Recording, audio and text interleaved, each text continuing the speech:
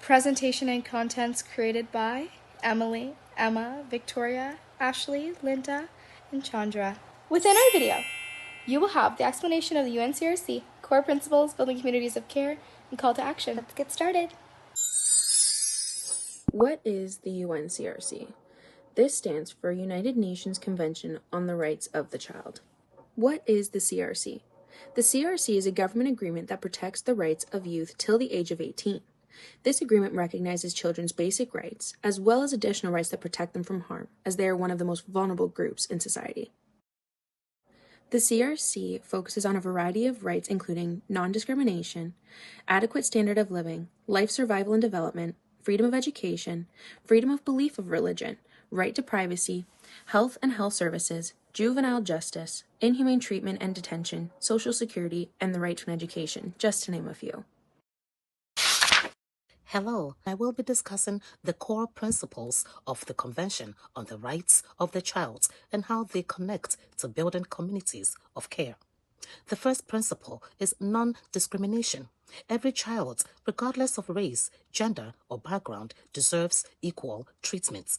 This principle ensures that all children have the same opportunities, helping community foster inclusions and fairness. Through efforts like Shaking the Movers, young people have shown how advocating for fairness can drive real change in schools and communities.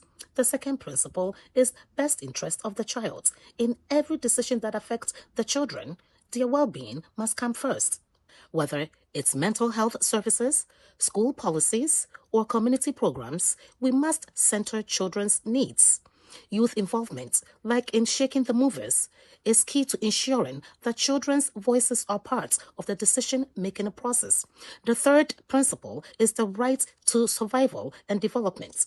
This principle means that children need access to resources for their physical, emotional, and social development.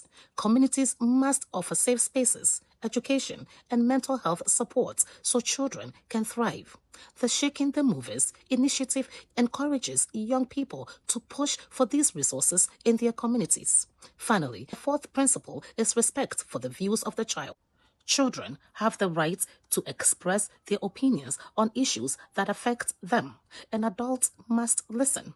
Communities of care are built when children's voices shape decisions. Programs like Shaking the Movers provide platforms where young people's ideas are heard and respected.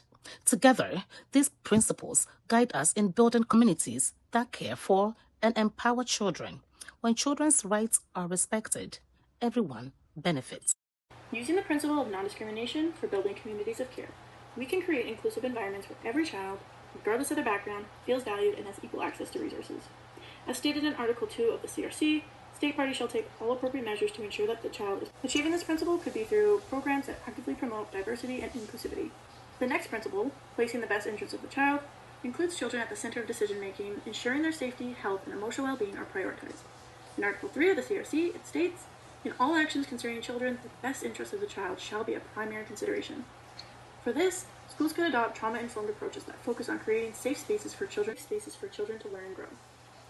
Third, recognizing the right to participation empowers children to have a voice in matters that affect them. According to Article 12 in the CRC, children have the right to express those views freely in all matters affecting the child. To participate in discussions and decisions that impact their lives, communities could foster a sense of belonging. Lastly, ensuring the right to survival and development means every child is provided with the necessary support to thrive. The CRC states in Article 6 that every child has the inherent right to life, and that it's the duty of the government and communities to ensure that children survive and develop to their full potential. Communities could enhance their efforts by developing programs that focus on health education or early childhood development. Keeping with our 4 guiding principles, our call to action is as follows. We believe in youth-led initiatives such as Shaking the Movers, as well as specific initiatives driven by minority groups such as the Youth Participatory Action Research Conference being hosted at Toronto Metropolitan University for Black students. We also are in support of the Indigenous Youth Roots program that is led by one of the most marginalized groups of Canadian youth. In addition to youth-led initiatives, creating third spaces for youth should be a priority for governments. These are locations in Canada that are not home, school, or work where youth can gather. When youth gather, important conversations and changes can happen, and these spaces make those changes possible.